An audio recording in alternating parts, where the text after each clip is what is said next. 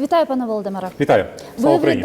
Героям слава. Ви в рядах територіальної оборони? Так, з першого дня, це було очевидно, оскільки на нашу батьківщину напав ворог, ми повинні її обороняти, і ми розуміли, що битва буде складною, але ми переможемо. Выбор вообще не стоял. Как только Россия, Путин объявила о вторжении, вы взяли форму и пошли. Насправді я на фронті з 2014 року, але це більше пов'язано з тим, що я тоді був в виконавчій владі, і мені було складніше їздити та брати там участь безпосередньо в бойових діях. Зараз, оскільки я просто політик, це набагато простіше, тому я одразу пішов в лави тероборони і з першої секунди з хлопцями було цікаво спостерігати перші години, коли це все відбулося. А расскажите, как вы узнали о том, что Путин объявил войну в Украине? Что вы почувствовали в этот момент? Це було дуже таке, знаєте, внутрішньо був до цього готовий. Я знав, що війна буде, на відміну від багатьох політиків, які розповідали, що цього ніколи не трапиться. Нам розказують казки, весь час там повідомляють про якісь нові дати, а війни не відбувається. Для мене це було чітке розуміння, що Путін нападе. Це була 5 ранку, коли ми прокинулися за містом з дружиною, з дітьми, і я прокинувся як на фронті, тобто мене підкинули вибухи, тобто я почув вибухи, всі інші спали спокійно, міцно. Я першу секунду подумав, що мені здалося, а потім пролунав другий вибух, я зрозумів, що це не здається, ми швидко зібрали малих, там залізли під сходи, їх запакував і почав вже витягувати в свою форму все інше. Там перша авіаатака пройшла, і я поїхав вже до Києва записуватися територіальну оборону в 206-й територіальний батальйон, і тут з першого дня перебуваю в ньому. Ви патрулюєте в Київській області? Ні, в Києві. Ми в Києві постійно, але паралельно так само організували тероборону в тому районі, де ми мешкаємо під Києвом. Бо там теж багато що люди не знали, як ми там порадили, і блокпости, і зброю, як отримати, як ввести спостереження, багато інших речей. Тому так воно півдня в Києві, півдня в Київській області, або в залежності від того, якщо ситуація гірша в Києві, то ви зараз тут. Еще до вторжения России, полномасштабного вторжения России в Украину, мы общались с огромным количеством политических аналитиков, политиков, украинских чиновников, военных экспертов, которые в унисон говорили о том, что вот тех войск, которые Россия нарастила у границ Украины, недостаточно для полномасштабного вторжения. Да что там говорить, высшее украинское политическое руководство говорило о том, что на границах ситуация контролируема, и украинская разведка не фиксирует какие-либо данные относительно того, что Россия готовит полномасштабное вторжение. Мы реально не верили в то, что Путин может напасть. Реально не было этих разведданных при том, что Запад постоянно нам говорил о том, что Путин нападет. Что вообще происходило, на ваш взгляд? Ви знаєте, в мене особисто дуже критичне ставлення до початку війни до Зеленського, його команди, і багато в чому я, по свою думку, не змінив. І я думаю, ситуацію до війни, чому так все відбулося, ми ще будемо розбирати після перемоги. Але зараз я повністю підтримую владну команду, бо зараз є питання вижити, вистояти і перемогти. І тут має бути повне об'єднання українського суспільства. Чи можна було це передбачити? Я вважаю, можна. Чи можна було замість асфальту закуповувати ракети? Я вважаю, що можна. Чому це не було в пріоритетах? Я думаю, що свого часу нам колись пояснять. І це точно не проблема в НАТО. Як зараз хтось старається викрутити, що НАТО нам мало допомагає. Це війна, коли на Україну напала Росія. Росія не напала на НАТО.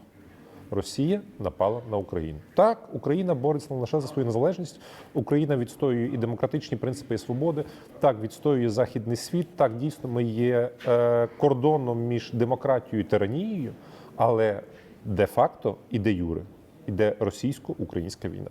І насправді нам треба бути вдячним НАТО, які задовго до цієї війни постачала нам високоточне, високотехнологічне озброєння. Підтримують нас повністю політично. Своїми санкціями поклали зараз економіку Росії на коліна. Цього всього ми не змогли зробити. І насправді, якби не підтримка країн Заходу, в нас би не було зараз постачання боєприпасів, які вкрай необхідні нам для ведення бойових дій. Українська армія воює доблесно, але 10 днів. Далі що? І на це робили ставку росіяни. Ця ставка не зіграла. Тому ми зупинили росіян, тому ми їх відкидаємо і ми їх будемо гнати до Уралу.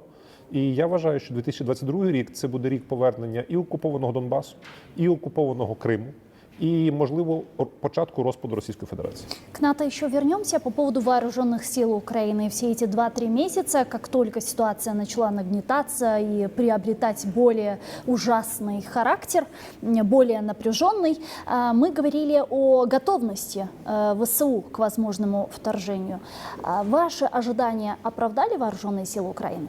Я гордий, що я українець, насправді. Тобто, коли я дивлюся на наші Збройні Сили, ви знаєте, це, мабуть, те, чого нам бракувало під час довгих років недержавності. І це те, що не зрозуміли росіяни, коли вони атакували українську землю. Вони виходили з історичних прецедентів, що українська спільнота була роз'єднана, армія як така була невелика, і росіянам було дуже легко числом нас перемагати. Потім вони виходили з концепції, що Красна армія непобідімая і несокрушимая. А вони забули, що бойовий компонент Красної армії – це були українці і татари, кримські татари. Зараз вони воюють на іншій стороні. І тому росіяни програють битву за битвою. Тому ми їх смажимо як куропаток. Да? От, тому, ви знаєте, для мене Збройні Сили – це теж гордість. І це чіткий сигнал усім, що без ефективної, потужної армії держави існувати не буде. Можна мати вагони політиків, красивих блогерів, там, я не знаю, кого ще, але якщо немає армії, воно нічого не коштує, тебе окупують. Коли є армія, вони відкидають окупанта і женуть його в триши. Но при этом сохраняется критическая ситуация в Киевской области, в частности в Гостомеле, в Ирпене, в Буче. Харьков бомбит Россия.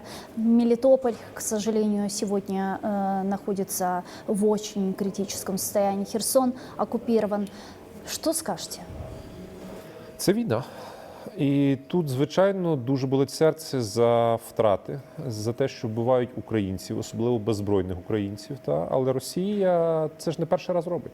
Вона це робила сотні років підряд по відношенню до всіх народів, які чи входили в склад Російської імперії, були захоплені, чи тільки їх атакували, щоб їх захопити. Це класична історія випаленої землі. Спершу ми знищуємо всіх, потім живих лякаємо до смерті, і вони підкоряються, нас слухають. Цього разу це не виходить. Тобто всі бомбардування Росією, причому, бачите, в першу чергу бомбардують міста, які ніколи не вважали Росію якимось найбільшим ворогом, м'яко кажучи. Тобто той же ж Харків, росіяни там завжди почувалися комфортно. Російськомовний, як вони казали. Маріуполь той же ж, навіть будучи прифронтовим містом, насправді до Росії вони ставилися більш-менш адекватно, враховуючи те, що йде війна 2014 року. І дикі бомбардування варварські. Я думаю, чітко поставили крапку на будь-яких легендах руського міра, на опозиційних партіях Москви і на всіх інших політиках, які розповідали, що ані наші, ваші, миші, там все інше. Тому це такий кривавий душ, але багатьох він змусив зрозуміти, що без України тут буде окупант. І я дякую тим людям, які, незважаючи на ризик смерті, незважаючи на те, що окупація тимчасово відбувається, вони виходять і голіруч протестують проти танків з прапорами, ідуть масово, записують територіальну оборону, Збройні сили. Тобто вони розуміють, що за Україну треба боротися. І оце справді дух, який прокинувся саме зараз, у 2022 році. Бо в 2014 році я бачив інші різні історії і на окупованих частинах України, і взагалі по світу. Зараз нація єдина. І це дуже добре, і це ще раз, чому хочу сказати, що я пишаюся, що я українець. І мир совершенно по-другому реагирует сейчас, если сравнивать с 2014 годом. И даже вот те страны, которые мы называли странами Путин-Ферштейн, такие как Германия и Франция, сегодня оказывают величайшую поддержку Украине. И даже Олаф Шольц, который до последнего говорил о том, что «Северный поток-2» будет работать, остановил полностью сертификацию российского газопровода. Бачите, Путін йшов в Україну з двома гаслами – денацифікації і демілітаризації. В підсумку нацизм номер 1 Європи після Гітлера – це Путін. І це міжнародне вже визнання. І в підсумку ми ефективно демілітаризовуємо росіян. Найкращі їх дивізії вже розбиті. Вони мають шалені втрати в живій силі, в техніці, в авіації. І це вже нічим не можна буде компенсувати. Тому тут зараз головне не розслаблятися, не думати, що ми вже перемогли. Політично так ми перемогли. Публічно так ми перемогли. Але нам ще треба перемогти військово, їх розбити кінцево. І я би дуже хотів, щоб ця війна завершилася як Перша світова війна. що Росія завершить свій процес напіврозпаду і буде багато, 15-20 умовно мирних держав на території нинішньої Російської Федерації. Ми вибудуємо свій пояс безпеки навколо України. З Кубані, Воронежу, Таганрогу, ще якихось там держав. Укладемо угоду з Китаєм.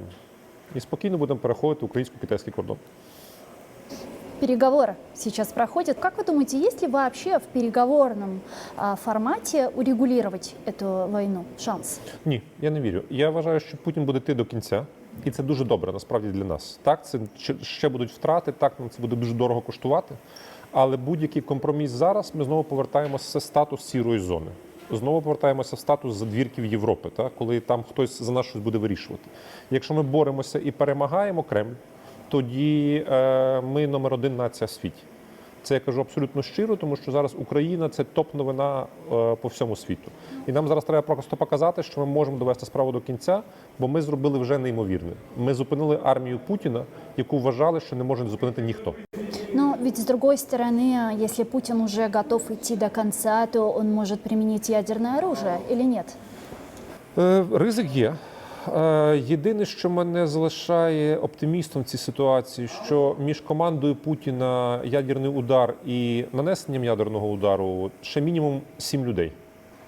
І чи кожен з цих 7 людей захоче поміняти свою дачу в Монако, в Ніцах там, чи якусь яхту на виконання команд сумасшедшого фюрера, я маю великі сумніви.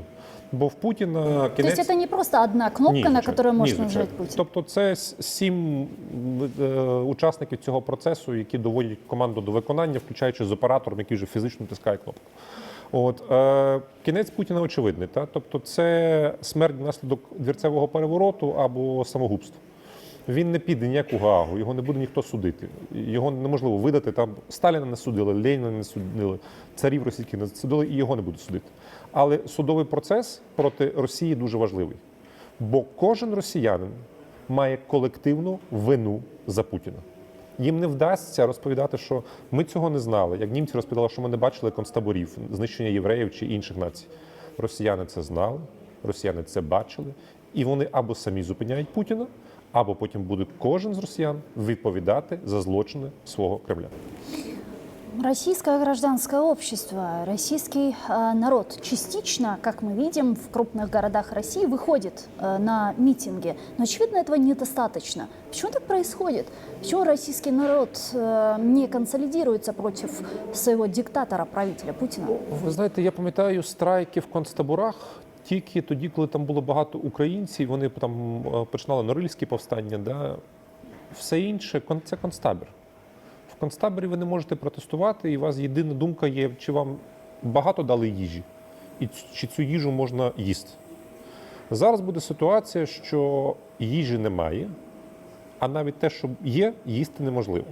Тобто Росія входить в стан класичних голодних бунтів, які будуть причиною для заміни Путіна. Але по-справжньому ці бунти будуть очолювати ті члени його команди, які розуміють, що він веде Росію до загибелі. І захочуть це якось хоча б зупинити. Тут падіння вже не уникнути, просто його можливо зупинити, і воно не буде таким різким. От тут я роблю ставку на двірцевий переворот, бо це єдина форма демократії, яка існує в Росії. Це не вибори, а перевороти, коли царя отруюють, вбивають, він сам відмовляється від своїх обов'язків. Крым. Сегодня нас смотрит Крым, нас смотрят граждане Украины, которые на протяжении 8 лет уже находятся под оккупацией. Какова вероятность того, что Украине в результате этой войны удастся восстановить полностью территориальную целостность и вернуть Крым в состав? Ви знаєте, в мене дуже хороший настрій щодо повернення Криму в цьому році. Якщо ми все зробимо правильно, і якщо розгромимо повністю російську армію на території України і Путіна змістять, ми повинні отримати від Росії мінімум $1 трильйон репарацій. Значна частка цих грошей повинна піти в Крим. Ці всі люди, які заїхали на територію Кримського півострову після окупації в 2014 році, автоматично в вагонах виїжджають до Російської Федерації. Без жодних розмов. Все майно, яке вони набули незаконним шляхом, питання компенсації з боку тимчасового уряду Російської Федерації, який має сам вирішити питання своїми громадянами. А далі ми повинні перетворити Крим на мекку туризму. Досить цих парканів вздовж моря, досить незрозумілих якихось бюрократичних процедур, коли за корупцію ти вирішуєш, хто ти є. Тобто є два основні народи в Криму: це кримські татари і це українці. І на фоні цього ми маємо створити курорт номер 1 у світі за рахунок російських репарацій, які ми стягнемо з кожного росіянина. І, можливо, європейських фондів, американців, якщо вони витримають свої обіцянки і дійсно дадуть кошти на відновлення інфраструктури країни. Оце моє бачення Криму. Я думаю, що воно, в принципі, підходить кожному справжньому українцю, незалежно від його національності, який проживає на цьому півострові. Дякую вам дуже, пане Дякую. Володимире. Слава Україні! Героям слава!